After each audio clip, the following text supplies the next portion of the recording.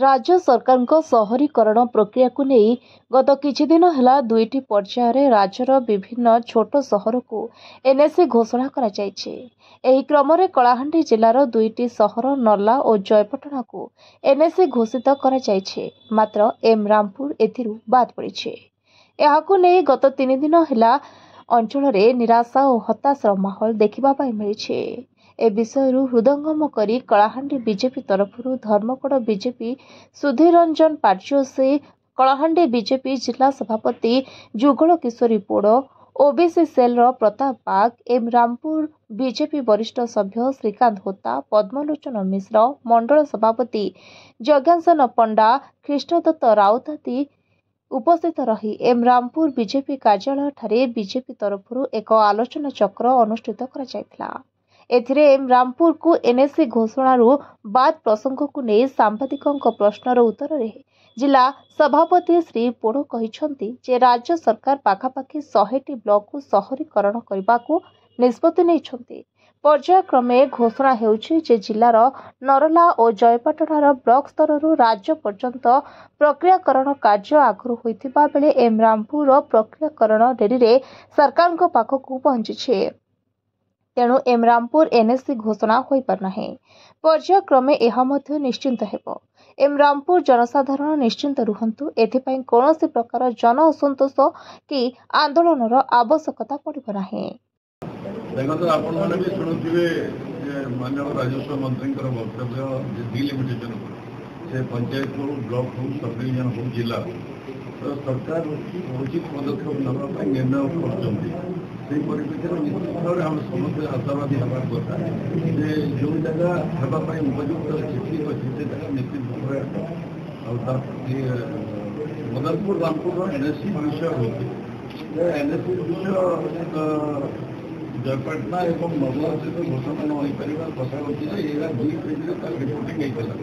द्वितीय फेज किसी जाइला तार प्रक्रिया किसी कम रही जापे घोषणा हवाटा प्रक्रिया मारी घोषणा हम मुझे देखुची प्रथम पर्यायर कौन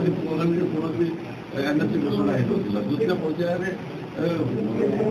जयपाटना और नर्ला तो चतुर्थ द्वितीय चतुर्थ पंचम पर्यायर भी घोषणा होवार संभावना अच्छी और आम आशा करूँ अंचल गोटे बहुत दिन दाबी अच्छी अंचलवासी सेंटिमेंट जड़ित अच्छी जहाँ जना पड़ी रिपोर्ट अंचल जहाँ सब आवश्यकता होती गोटे एनएसी से सब बिलंग कर तो निश्चित भाव में आम आशावादी सरकार यहाँ तुरंत विचार को लेकर अंचलवासी जो आशा आकांक्षा विश्वास अच्छी माननीय मुख्यमंत्री मोहन माझी कार्यक्रम कर एम रामपुर को निश्चित भाव में घोषणा करेंगे ये आम आशावादी। दीर्घ दिन दाबी ही आसुचे कि सब डिविजन केनटा भी बर्तमान पूर्व सरकार घोषणा होगा किंतु कार्यकारी नहीं पारा बर्तमान सरकार भी प्रथम पर्यायर भी नहीं है सेकेंड पर्यायर भी नहीं है तो आप स्थानीय बासिंदा तथा बीजेपी नेता हिसाब से वर्तमान ओडिशा सरकार नूतन एनएससी माने घोषणा मदनपुर रामपुर एनएससी हेबार सब प्रकार योग्यता रखीचे किंतु जेहेतु कलाहांडी 2टा जगह एनएससी घोषणा है मदनपुर रामपुर नहीं है से सागे से लगी अति साधारण कथा यहाँ लोक सन्देह रहा असंतोष रहा स्वाभाविक कथा यहाँ किंतु मदनपुर रामपुर आगामी दिन में एनएससी हवा जेनटा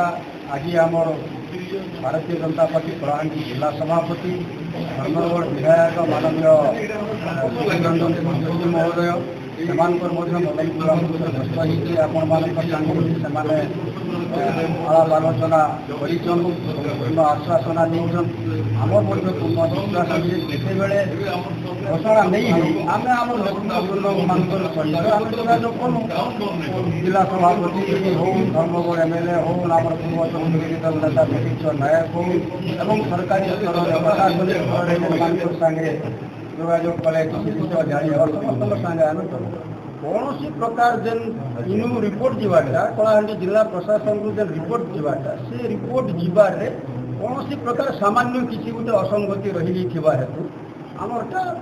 ଘୋଷଣା ହେବାର ବିଳମ୍ବ ହେଇଯିବ। କିନ୍ତୁ ଆଶାବାଦୀ ଅଛନ୍ତି ହେବା। ସମ୍ପୂର୍ଣ୍ଣ ଭାବରେ ଆମେ ଆଶାବାଦୀ ଅଛୁ, ନିଶ୍ଚିତ ଭାବରେ ହେବା, ଏখানে କୌଣସି ସନ୍ଦେହ ନାହିଁ।